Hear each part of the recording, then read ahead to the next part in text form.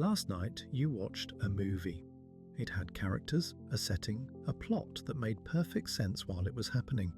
Your heart might have raced. You might have felt fear or joy or something you can't even name. And then you woke up, and the whole thing disappeared, like someone hit delete.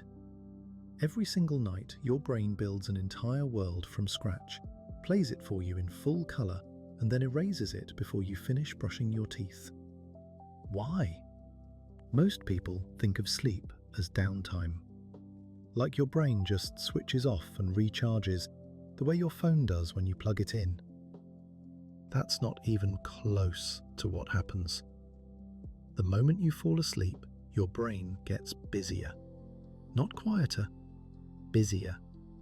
It cycles through stages, each one doing something different. Light sleep, deep sleep, and then the one that matters most for this story. REM. Rapid eye movement. REM first kicks in about 90 minutes after you fall asleep. Your eyes start darting around behind your closed eyelids. Your heart rate goes up. Your breathing gets shallow and irregular. And your brain? Your brain lights up with activity levels almost identical to when you're wide awake. But here's the strange part. While all of this is happening inside your skull, your body goes completely still. Not relaxed still, paralyzed still.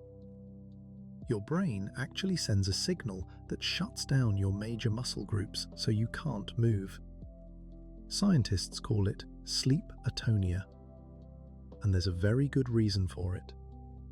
Because during REM, you're dreaming, and your brain doesn't want you acting it out. So what actually happens in your brain when a dream is running? Your visual cortex fires up. That's the same part of your brain that processes everything you see when you're awake. Every face, every color, every movement. During REM sleep, it activates so intensely that some researchers found it's actually broader than what happens when you look at real things during the day. Your amygdala, the part that handles emotions, also kicks into high gear. That's why dreams feel so emotionally vivid. The terror in a nightmare isn't fake.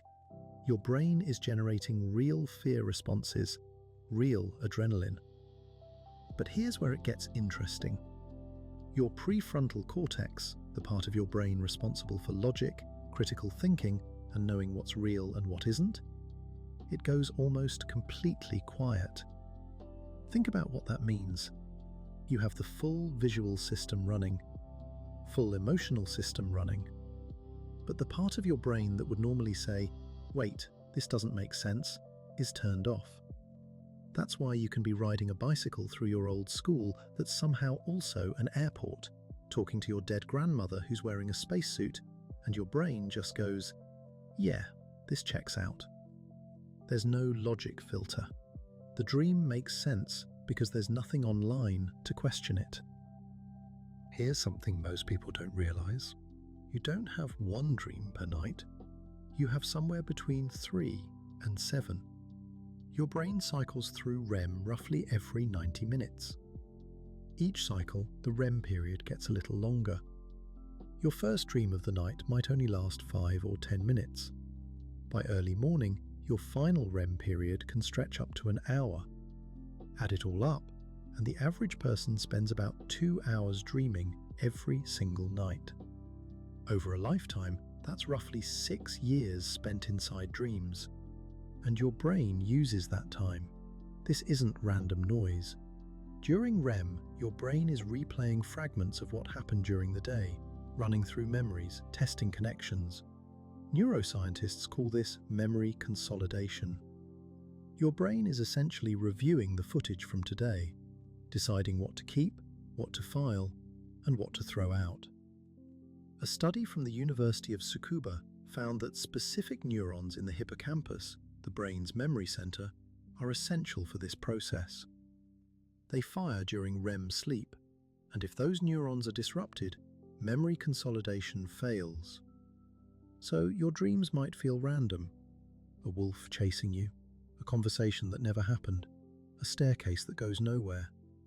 But underneath all of that, your brain is organizing, filing, processing.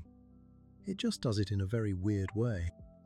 So if dreams are this active, this vivid, this important, why do you forget almost all of them? Scientists estimate you forget about 95% of your dreams.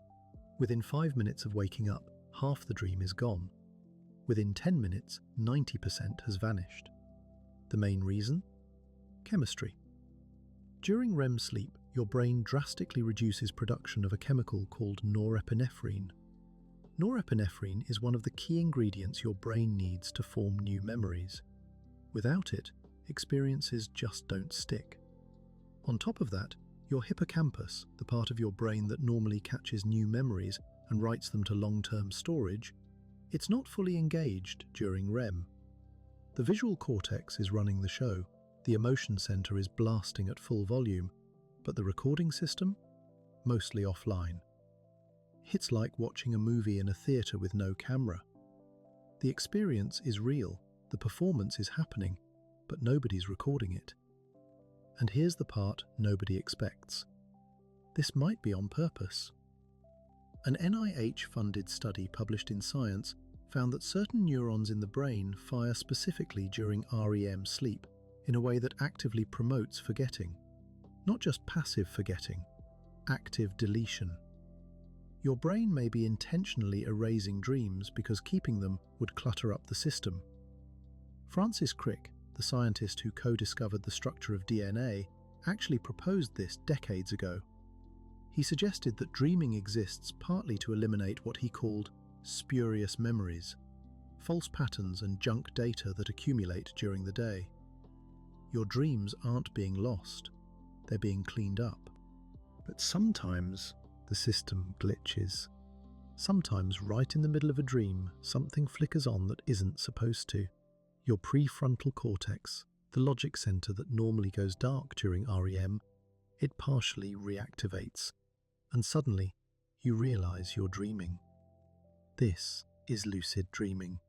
And it's not science fiction.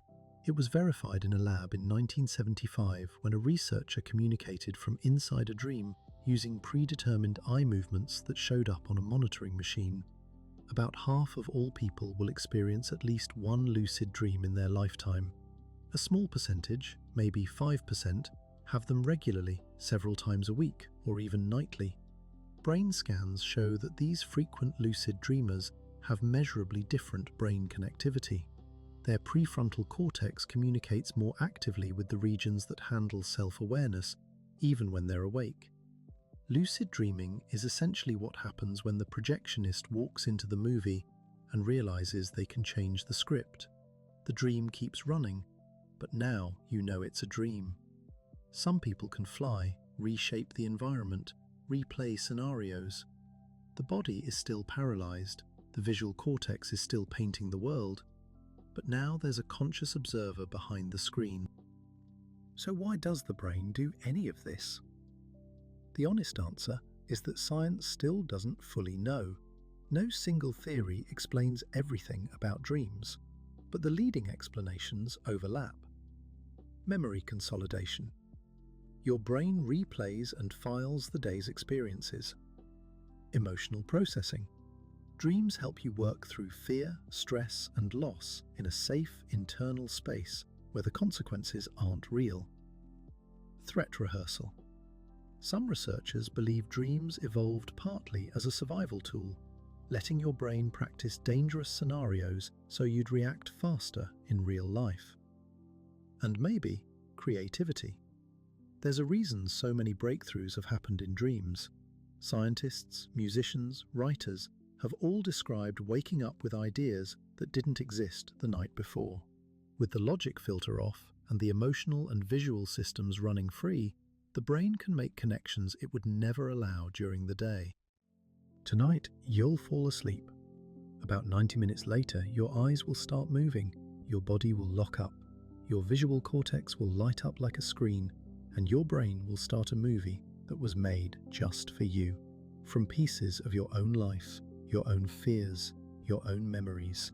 You'll watch the whole thing, and by morning, you won't remember a second of it.